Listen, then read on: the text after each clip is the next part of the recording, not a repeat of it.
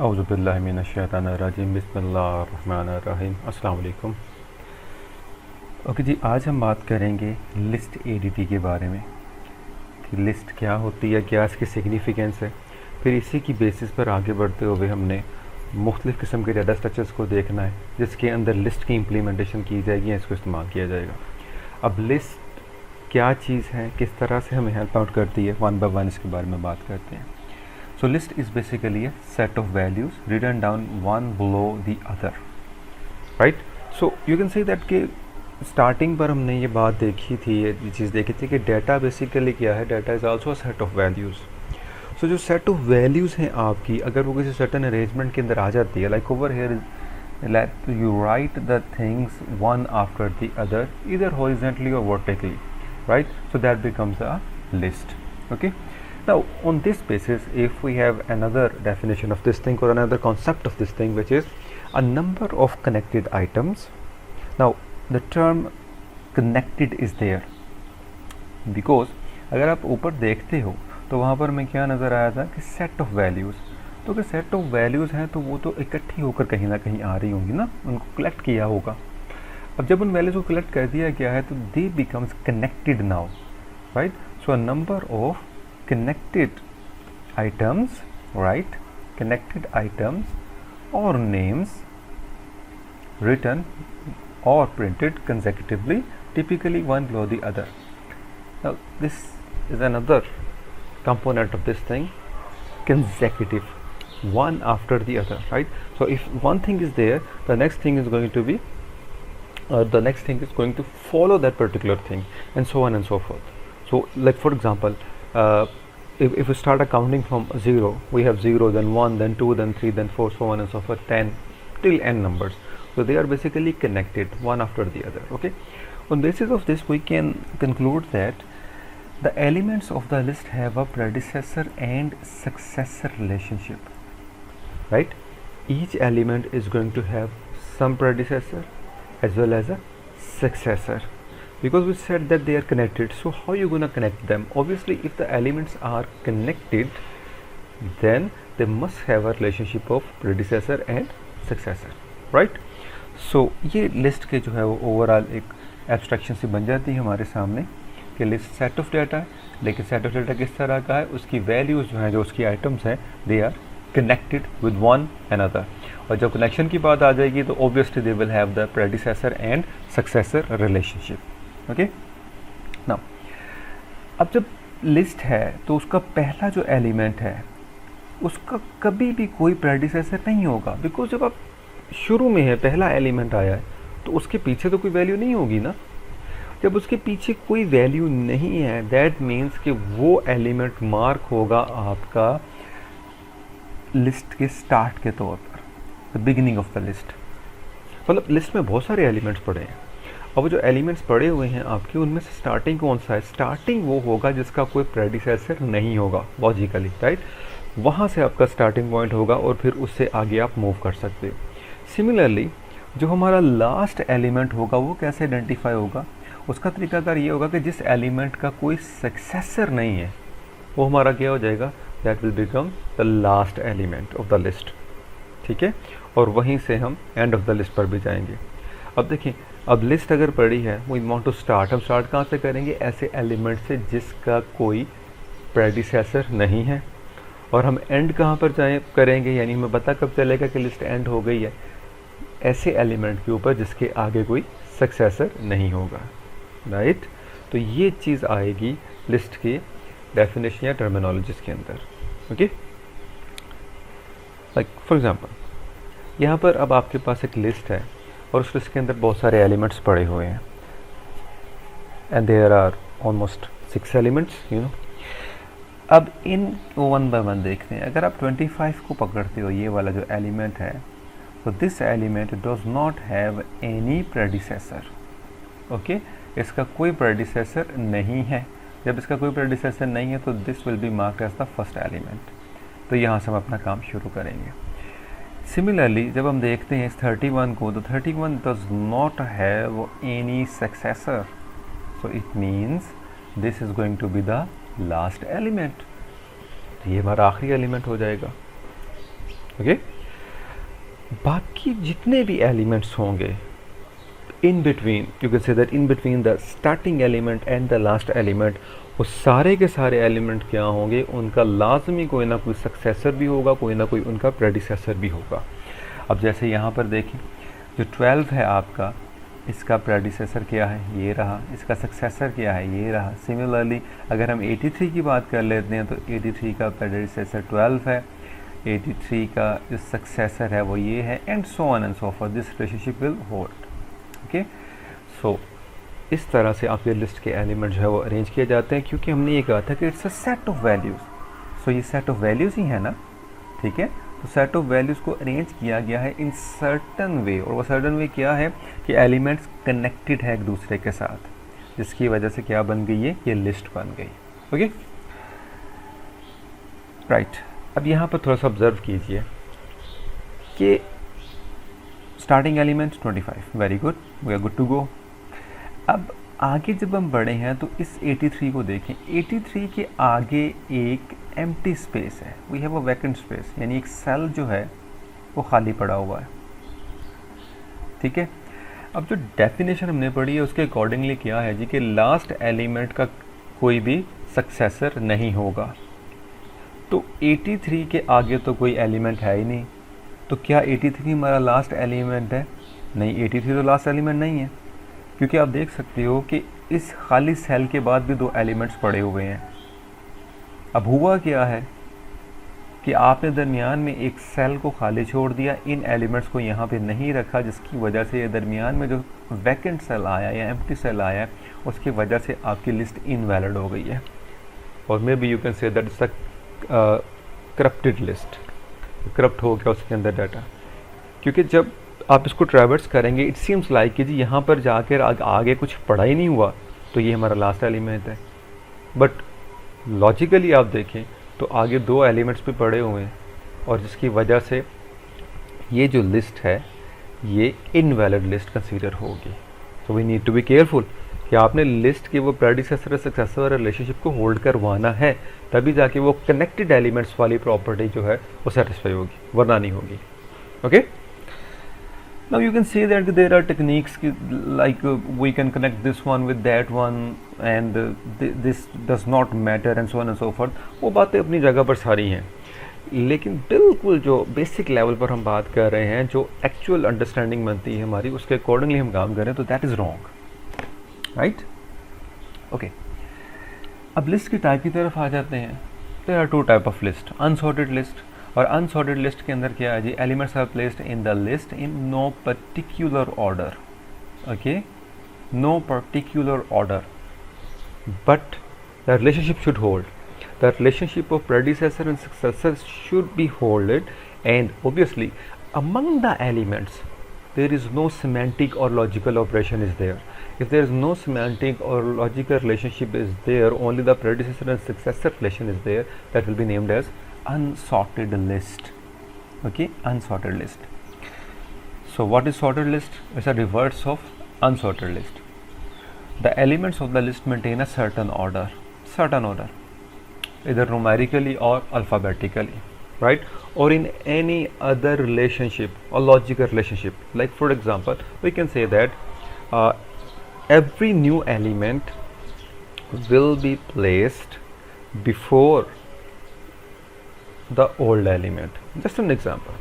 मतलब वहाँ पे पहले से एलिमेंट है, अब जो नया एलिमेंट आया है वो क्या होगा, वो शुरू में रखा जाएगा।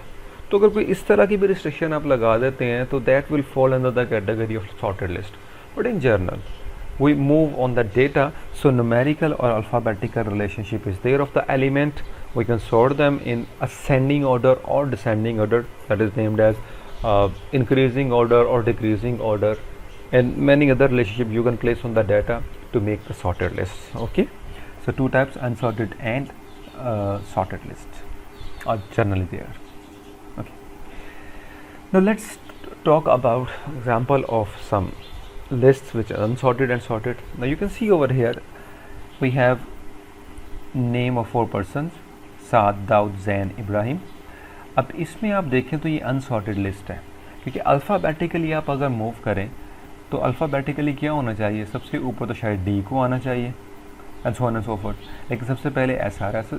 कोई एलिमेंट्स के दरमियान में ना कोई रिलेशनशिप नहीं है सिवाय इसके कि इसके प्रेडिसेसर और सक्सेसर का रिलेशनशिप है, that's it. Well on the other hand जब आप सॉर्टेड लिस्ट को देखते हो तो ये देखिए, अब अल्फ़ाबेटिकली डी पहले आता है तो डी नेम यहाँ पर है, फिर आई, फिर एस और एंड पे जैन आ जाएगा, तो ये आपकी सॉर्टेड लिस्ट बन जाती है, ठीक है।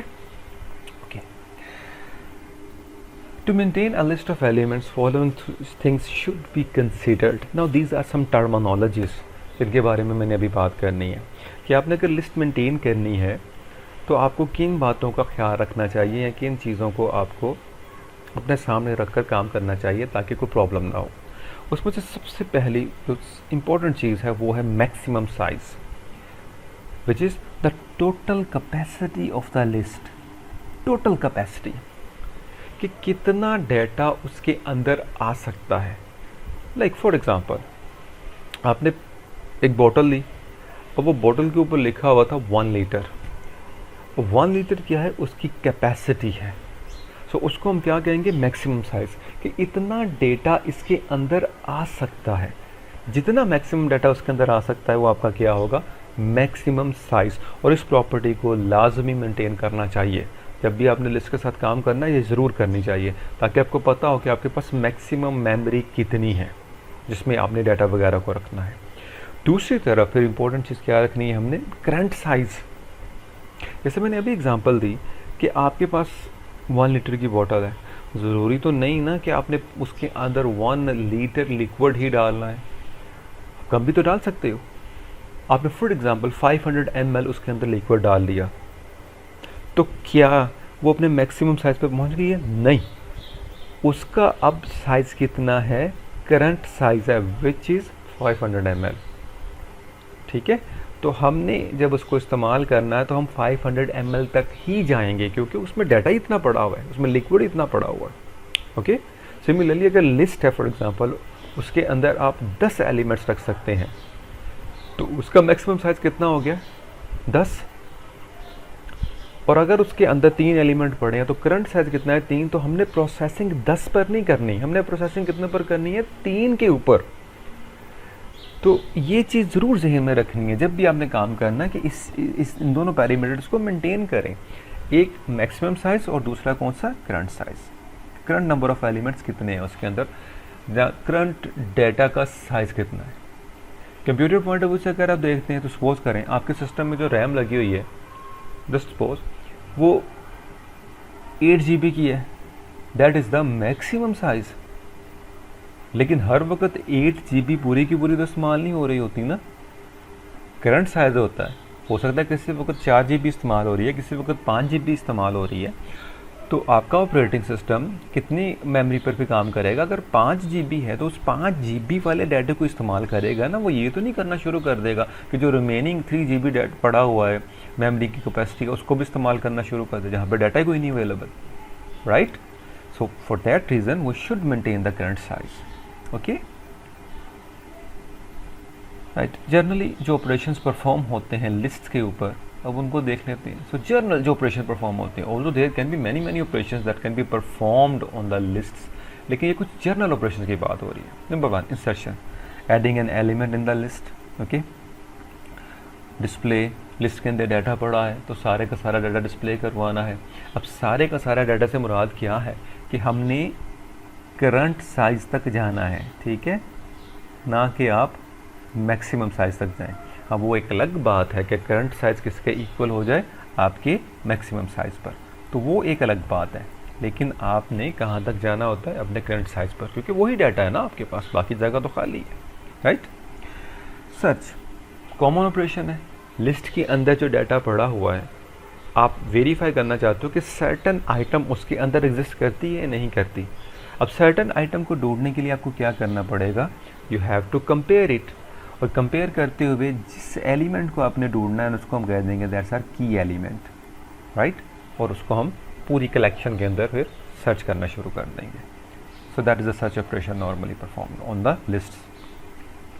अपग्रेड, कोई रिकॉर्ड अपग्रेड करना है आपने, मतलब डाटा पड़ा हुआ था आपकी लिस्ट के अंदर, कोई गलत चीज़ चली गई और आपने उसको अपग्रेड करना है, उसको रिप्लेस करना किसी दूसरी चीज़ के साथ, तो ज़ाहिर सी बात है वो काम भी हम लिस्ट के अंदर कर सकते हैं। ठीक है, deletion is a very common operation. अब डिलीशन जब हम करते हैं तो वो किस तरह से होनी होती है कि आप जो एलिमेंट है वो ढूंढते हैं गलत एलिमेंट और उस एलिमेंट को जाके फिर रिमूव कर देते हैं वहाँ से आपकी लिस्ट में से, राइट। ओके, अब नॉर्मली अपग्रेड करना हो या आपने डिलीट करना हो, ठीक है, इन दोनों कामों को करने से पहले आमतौर पर क्या किया जाएगा, सर्च किया जाएगा। ठीक है, मतलब आपने किसी चीज़ को अपग्रेड करना है तो वो चीज़ अगर एग्जिस्ट करेगी तो आप अपग्रेड करोगे ना लिस्ट के अंदर। सिमिलरली आपने डिलीट करना है तो वो चीज़ अगर एग्जिस्ट करेगी मेमोरी के अंदर तो आप उसको डिलीट करोगे ना। So normally the search is performed prior to upgradation of an element और डिलीशन ऑफ एन एलिमेंट। तो ये नॉर्मल ऑपरेशन होता है। ठीक है, okay, there can be other many operations performed on the list, लेकिन ये जनरल ऑपरेशन थे जो यूजुअली हम करते हैं या लिस्ट पर किए जाते हैं। Okay, now let's talk about the insertion in unsorted list which is a very easy process. देखिए, जब हम इंसर्शन की बात करते हैं ना अनसॉर्टेड लिस्ट के अंदर, तो अनसॉर्टेड लिस्ट में तो कोई किसी किस्म का एलिमेंट्स के दरमियान में रिलेशनशिप तो होता ही नहीं है। वहाँ सिर्फ क्या है, आप एलिमेंट जहाँ मर्जी रख दें, कोई फ़र्क नहीं पड़ेगा कौन सा कोई ऑर्डर आपने मेंटेन करना है। यहाँ पर अब देखें तो हमारे पास ये कितने एलिमेंट्स की लिस्ट है, यानी इसकी कैपेसिटी कितनी है, इसकी कैपेसिटी हमें नज़र आ रही है 6, 1 2 3 4 5 6 मैक्सिमम साइज़, और इस वक्त करंट साइज़ कितना है, 4। ठीक है, अब करंट साइज़ 4 है तो नया एलिमेंट नेचुरली हमें कहाँ पर इंसर्ट करना चाहिए। अब पहली चीज़ तो ये देखनी होती है कि कहीं फुल तो नहीं है हमारी लिस्ट, तो यहाँ फुल तो नहीं है, क्योंकि मैक्सिमम साइज़ करंट साइज़ जब तक मैक्सिमम साइज़ के इक्वल नहीं हो जाता, इसका क्या मतलब है कि लिस्ट में अभी एलिमेंट्स या स्पेस बाकी है। Okay, so current size is less than from maximum size, बिल्कुल ठीक हो गया। इसके मतलब ये है कि अभी सेल्स अवेलेबल है, अभी डाटा अवेलेबल है, तो हम क्या करेंगे, कहाँ पर एलिमेंट इंसर्ट करवाना है। अगर हम ये हरकत करेंगे कि मैक्सिमम साइज़ पे जाके इंसर्ट कर देंगे तो दैट विल बी रॉन्ग। ठीक है, हमें इंसर्ट कहाँ पे करना चाहिए, करंट साइज़ +1 पर, यानी ये वाली लोकेशन। करंट साइज़ तो ये है ना 4, इसका मतलब ये है कि अगर आप +1 करेंगे तो कौन सी लोकेशन खाली है, नेक्स्ट वाली 5th लोकेशन। तो यहाँ पर हमने अपना डाटा जो है वो अब इंसर्ट करना है। Okay, so here we go. नया एलिमेंट आया 66 था, उसको हमने कहाँ पर इंसर्ट कर दिया, करंट साइज़ +1 पर, वो 5 लोकेशन बन गई और उस पर आपने अपना डाटा जो है वो इंसर्ट कर दिया, एंड नथिंग एल्स। सिर्फ करंट साइज़ को आपने एक इंक्रीमेंट करना है, वो ऊपर भी हम कर चुके हैं, तो डेफिनेटली करंट साइज़ हमारा क्या हो जाएगा, अब 5 हो जाएगा।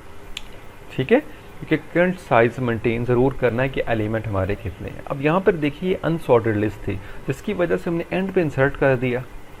अब अगर हम इसकी टाइम कम्प्लेक्सिटी को देखें कि ये ऑपरेशन हमारा इंसर्शन का अनसॉर्टेड लिस्ट में कितना टाइम लेगा, तो बिग ऑफ 1 लेगा। क्या ख्याल है, कितने स्टेप्स परफॉर्म होने हैं। पहला स्टेप आपने क्या परफॉर्म किया है, आपने ये चेक किया कि लिस्ट खाली है, सिर्फ कंपैरिजन है, ठीक है, एक स्टेटमेंट का। उसके बाद आपने क्या चेक किया जी, उसके बाद आपने इंक्रीमेंट किया है करंट साइज़ को और उसके बाद एलिमेंट वहाँ पर रखवा दिया, तो कांस्टेंट टाइम ही हुआ ना। So insertion in the unsorted list will takes big of 1 steps, ये कम्प्लेक्सिटी बनेगी। सो वेरी एफिशिएंट कि कांस्टेंट टाइम के अंदर हमारा काम हो गया। ओके, एसिम्प्टोटिकली कांस्टेंट होगा हमारा, राइट। आगे बढ़ते हैं। अब एलिमेंट्स की सर्चिंग करनी है, तो एलिमेंट किस तरह से सर्च होगा, आपके पास की वैल्यू होगी।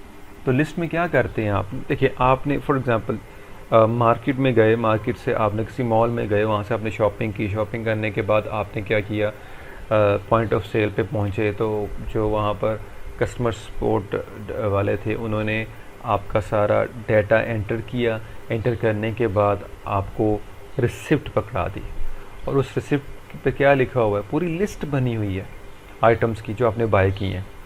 अब आप ये जानना चाहते हो कि मैंने सर्टेन टाइप ऑफ चॉकलेट्स खरीदी हैं, उनकी प्राइस देखना चाहते हो कि कितनी है उसकी, क्या करेंगे आप?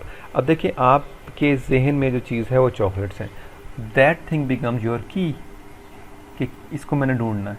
और फिर आप क्या करेंगे? आप कंपैरिजन करना शुरू करेंगे हर आइटम के साथ, लिस्ट की हर आइटम के साथ आप 1 बाय 1 कंपेयर करना शुरू करेंगे। जब आप 1 बाय 1 कंपेयर करना शुरू कर देंगे और मूव करते जाएंगे starting from the first point till the last point, तो आपने कितने एलिमेंट्स स्कैन किए हैं?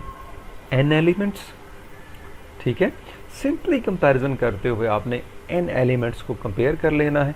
जब आप कर लेंगे, या तो वो चॉकलेट अगर आपने जो बाय की है वो उसमें होगी, कहीं ना कहीं ज़रूर होगी, हो सकता है एंड पे हो, या हो सकता है एग्जिस्ट ही ना करती हो, कि आपने डाली तो थी वो स्कैन ही नहीं हुई, वो उसमें आई नहीं। दोनों पॉसिबिलिटीज़ है ना, राइट। सो आपने 1 बाय 1 कंपेयर करना है हर आइटम के साथ। तो आप डाटा सर्च कर रहे होंगे, जब मिल जाएगा तो डेफिनेटली आपको पता चल जाएगा कि उसकी प्राइस कितनी है, ठीक है। सो ये ऑपरेशन कितना टाइम लेगा? श्योरली ये बिग ऑफ n स्टेप्स लेगा, क्योंकि आपने सारे एलिमेंट कंपेयर कर दिए ना। So obviously this will take n steps. The time complexity of this thing is going to be n, right.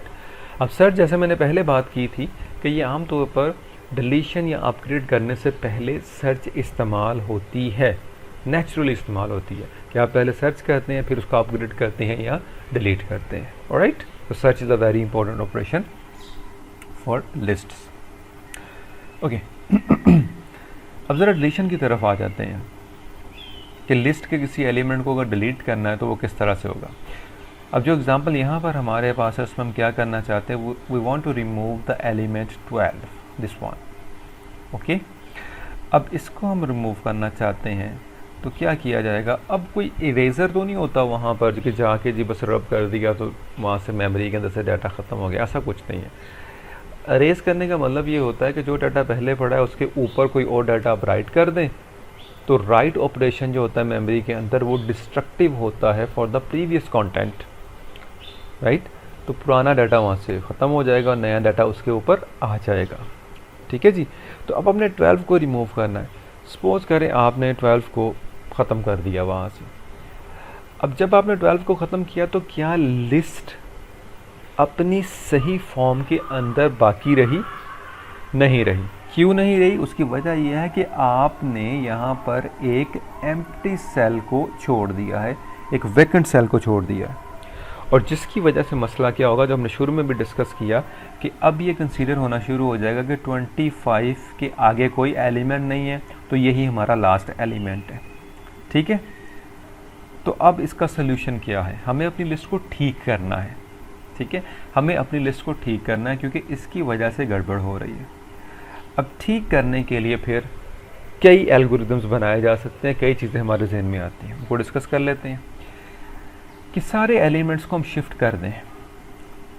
और शिफ्ट कैसे है कि जो आगे वाले एलिमेंट्स जितने भी पड़े हुए हैं उनको हम पीछे मूव करना शुरू कर दें। तो क्या होगा? 83 यहाँ चला जाएगा तो ये जगह खाली हो जाएगी, तो फिर 9 इधर चला जाएगा, फिर उसके आगे जितने सब्सीक्वेंट एलिमेंट्स हैं वो पीछे आना शुरू हो जाएंगे, राइट। सो रफली this operation will take how much time? Big of n। क्योंकि अगर अज्यूम करें आपने पहला एलिमेंट रिमूव कर दिया है तो सारे अगले एलिमेंट n-1 एलिमेंट्स जो है वो किधर शिफ्ट होना शुरू हो जाएंगे? इधर। तो सिम्प्टोटिकली आप बिग ऑफ n में जा रहे हैं, n शिफ्ट्स होंगी। डिलीशन वाला काम तो कांस्टेंट टाइम में हो गया, ठीक है, लेकिन शिफ्टिंग ने कितना टाइम ले लिया? n time. तो ये कोई अच्छा टाइम तो नहीं है ना कि इतनी शिफ्टिंग होनी शुरू हो जाए। तो उतनी देर क्या होगा, आपकी लिस्ट जो है वो रुकी रहेगी, वो नए डाटे को प्रोसेस नहीं करेगी, नए डाटा ऐड नहीं होने देगी। सो हमें सोचना चाहिए कि कुछ और एफिशिएंट तरीकाकार हो सकता है। तो वो एफिशिएंट तरीकाकार क्या हो सकता है कि हम जो है किससे डील कर रहे हैं? हम डील कर रहे हैं अनसॉर्टेड लिस्ट के साथ, जिसमें एलिमेंट्स का ऑर्डर मैटर नहीं करता। तो सिंपलेस्ट वे ये है, आप क्या करो, आखिरी एलिमेंट को पकड़ो और उसको कहाँ पे रख दो? उसको उठाकर आप उस लोकेशन पे रख दो जिस एलिमेंट को आपने रिमूव करना है। तो ऑटोमेटिकली वो एलिमेंट रिप्लेस हो जाएगा किसके साथ? आपके लिस्ट के लास्ट एलिमेंट के साथ। और लास्ट एलिमेंट कहाँ पर आ जाएगा? वो आपकी लिस्ट में ही रहेगा, क्योंकि ऑर्डर तो मैटर नहीं करता। और ये काम कितनी देर में हो जाएगा? कांस्टेंट टाइम के अंदर। So pick up the last element and put it on the desired location, ठीक है। और जब आप उसको रख देंगे तो क्या होगा जी, वो एलिमेंट वहाँ से ख़त्म हो जाएगा। And obviously don't forget to decrement the current size by 1, क्योंकि आपकी लिस्ट से एक एलिमेंट अब जा चुका है, ठीक है। तो करंट साइज को एक कम कर देना है, ओके। सो अब देखें ये एफिशिएंट हो गया। बजाय ये कि हम शिफ्टिंग करते रहते, हमने सिंपली क्या किया, इस एलिमेंट को उठा के यहाँ रख दिया, तो ये आपका बिग ऑफ 1 टाइम मिलेगा, ओके। हाँ, अब यहाँ पर एक और चीज़ आ जाती है कि डिलीट करने से पहले आप कहेंगे कि हमने सर्च तो करना है ना, उस पर्टिकुलर एलिमेंट को सर्च करना है, तो वो बिल्कुल बात ठीक है। तो सर्च आपकी जो है वो ज़ाहिर सी बात है, सर्च का अपनी टाइम कम्प्लेक्सिटी है, वो सपोज n टाइम ले रहा होगा, ठीक है। प्लस जो है आपकी क्या आ जाएगी, ये बिग ऑफ 1 फॉर डिलीशन आ जाएगी, ठीक है। So this complexity is for search, क्योंकि जब एक ऑपरेशन परफॉर्म हो रहा है और दूसरा उस पर डिपेंड कर रहा है, तो दोनों की टर्म कम्प्लेक्सिटी आपस में ऐड हो जाएंगी। और ये आपका किसके लिए है, ये डिलीशन का स्टेप हो रहा है। So overall because of search ये बिग ऑफ n में चली जाएगी, ठीक है।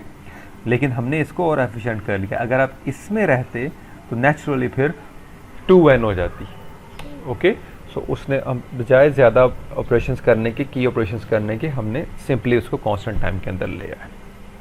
ठीक हो गया, ओके। आगे बढ़ते हैं। Now let's talk about little bit insertion in the sorted list. अब सॉर्टेड लिस्ट में as you know we have to maintain some order. अब यहाँ पर जो डाटा पड़ा हुआ है लिस्ट के अंदर वो असेंडिंग ऑर्डर में सेव है। 9 है, 9 के बाद 12 है, 12 के बाद 25 है, 25 के बाद 83 है। सो इंक्रीजिंग ऑर्डर में डाटा आपका आ रहा है, ठीक है। अब अगर इसमें कोई नया एलिमेंट इंसर्ट किया जाता है सॉर्टेड लिस्ट के अंदर, तो हमें क्या करना चाहिए, किस तरह से काम करना चाहिए? ज़ाहिर बात है उसको उसकी सही जगह पे रखना पड़ेगा, और जब सही जगह पे रखना पड़ेगा तो हमें बहुत सारी मैयर्स लेनी पड़ेंगी, सोच समझ के काम करना होगा। Now let's say we want to insert 18, कोई नया एलिमेंट 18 आया, उसको इंसर्ट करना। अब 18 की सही जगह कहाँ पे बनती है? 18 की सही जगह बनती है 12 के बाद, और 12 के बाद कौन है? ये है, यानी ये जगह जो होगी ये 18 के लिए होगी। तो ये काम करने के लिए क्या करना पड़ेगा? ज़ाहिर बात है इन दोनों को आगे भेजना पड़ेगा, और कोई भी एग्जिस्ट नहीं करता। सो वी हैव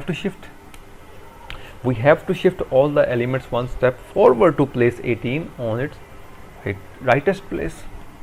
तो जब ये इधर मूव होना शुरू होंगे तो क्या होगा जी? 83 इधर। अब 83 जब इधर चला गया तो जो 25 है वो कहाँ पर आ जाएगा? इस जगह पर। तो इसको भी मूव करवाया तो हमारे पास सेल खाली हो जाएगा। अब जब ये एम्प्टी हो गया तो फिर इस लोकेशन पर क्या करेंगे? हम अपने 18 को इंसर्ट कर देंगे, ठीक है। सो अब यहाँ पे देखें लिस्ट का ऑर्डर ख़राब नहीं हुआ, लेकिन वही बात, ये ऑपरेशन कितना टाइम लेगा? इंसर्शन जब हमने अनसॉर्टेड में बात की थी तो वो बिग ऑफ 1 ले रहा था कांस्टेंट टाइम, लेकिन यहाँ क्योंकि हमने शिफ्टिंग की है तो shifting will takes n time, big of n time, ठीक है। n एलिमेंट्स तो आपको शिफ्ट करने पड़ेंगे। अब जब n एलिमेंट शिफ्ट करने पड़ेंगे और एक स्टेटमेंट या एक स्टेप आपका परफॉर्म होगा सिर्फ इंसर्ट करने के लिए, तो ओवरऑल तो बिग ऑफ n ही हो जाएगा ना, right. So insertion in the sorted list if you are doing it on the run time तो डेफिनेटली वो कितना टाइम ले जाएगी? आपकी big of n steps perform होंगे उसके अंदर, तब जाके डाटा आपका इंसर्ट होगा। So you have to write some sort of little bit complex algorithm जो ये शिफ्टिंग भी करेगा और शिफ्टिंग करने के बाद इसको भी इंसर्ट करेगा। And obviously after doing that don't forget to increment your current size. क्यों? नया एलिमेंट आ गया ना, तो करंट साइज एक इंक्रीमेंट हो जाएगा आपका, ओके। अब ये तो ठीक नहीं है फिर बात। रन टाइम के ऊपर जब डाटा आपका आ रहा हो और आप उसको सॉर्टेड ऑर्डर मेंटेन करना शुरू कर दें तो ये तो मसला हो जाएगा, मुश्किल हो जाएगा काम। तो इसको आसान बनाने के लिए क्या किया जा सकता है? ठीक है, उसमें देखिए ये बात जहन में रखिए कि आम तौर पर क्या किया जाता है कि अनसॉर्टेड लिस्ट ही मेंटेन की जाती हैं। ठीक है, वी मेंटेन अनसॉर्टेड लिस्ट। क्यों? फॉर एग्जाम्पल, आपने एडमिशन फॉर्म सबमिट करवाने हैं, राइट? आप किसी यूनिवर्सिटी या कॉलेज में गए, वहाँ से आपने फॉर्म लिया, उसको फिल किया और उसको बाद में आप उसको सबमिट करवाने चले गए। अब यहाँ पर इस बात को समझिए कि हर फॉर्म के ऊपर कोई ना कोई फॉर्म नंबर होता है, यूनिकली आइडेंटिफाइड नंबर वो होता है, to differentiate the candidates from one another.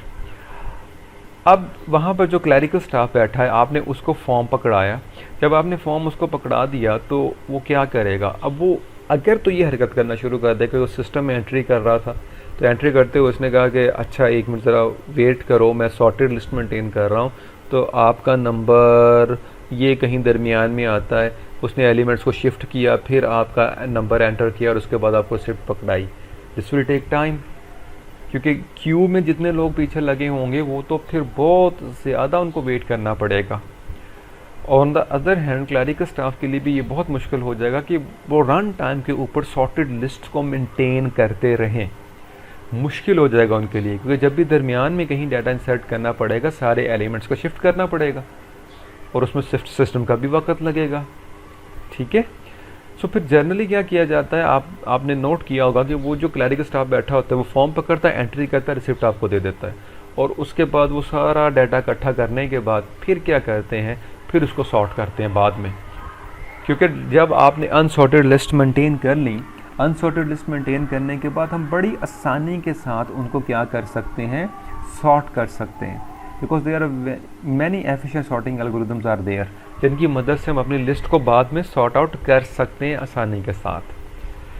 सो बेहतरीन यही होता है कि मेंटेन द अनसॉर्टेड लिस्ट, और उसके बाद आप क्या करें, जब आपको ज़रूरत पड़े आप डाटे को सॉर्ट कर लें। इससे वक्त भी बचेगा, ठीक है, और दूसरी तरफ आपका काम भी एफिशिएंट हो जाएगा, रिसोर्सेज कम यूटिलाइज होंगे, right? So keep this thing in mind, maintain the unsorted list, after that sort them, search them, whatever, जो भी आपने करना है वो बाद में आप बड़ी आसानी के साथ कर सकते हो, राइट? तो ये थी जी आज एक general discussion about the list, कि किस तरह से उनको इस्तेमाल किया जाता है, लेआउट क्या होता है, and so on and so fourth, उसके ऑपरेशंस क्या हैं, और सॉर्टेड अनसॉर्टेड को कैसे मेंटेन करना है, to have a broader look over the list. ठीक है, यूटिलाइजेशन इनकी कैरेक्टरिस्टिक्स वगैरह हमारी डेली लाइफ के अंदर बहुत ज़्यादा इस्तेमाल होने वाली चीज़ है। और अगर कंप्यूटर की आप बात करें तो कंप्यूटर भी आप देखें जब डाटा लेता है तो डाटे को मेंटेन फॉर्म के अंदर नॉर्मली लिस्ट फॉर्मेट के अंदर ही बनाकर वो हमें वापस प्रोसेस करके दे रहा होता है। ठीक है, तो इनकी बहुत ज़्यादा सिग्निफिकेंस है। सो जो भी इनके दरमियान में बेहतर रिलेशनशिप्स हो सकते हैं, कोई एफिशिएंट वे हो सकता है, वो थोड़ा बहुत हमने डिस्कस करने की यहाँ कोशिश की है। ठीक है, इंशाल्लाह नेक्स्ट लेक्चर के अंदर हम एरेज के बारे में बात करेंगे कि एरे डाटा स्ट्रक्चर क्या होता है, किस तरह से काम करता है, उसका मेमोरी लेआउट वगैरह किस तरह से होता है, और कैसे लिस्ट को हम उसके अंदर रिप्रेजेंट कर सकते हैं। ठीक है जी, इंशाल्लाह नेक्स्ट लेक्चर में मुलाकात होगी, तब तक अपना बहुत ख्याल रखिएगा। अस्सलामु अलैकुम वरहमतुल्लाहि वबरकातुहू।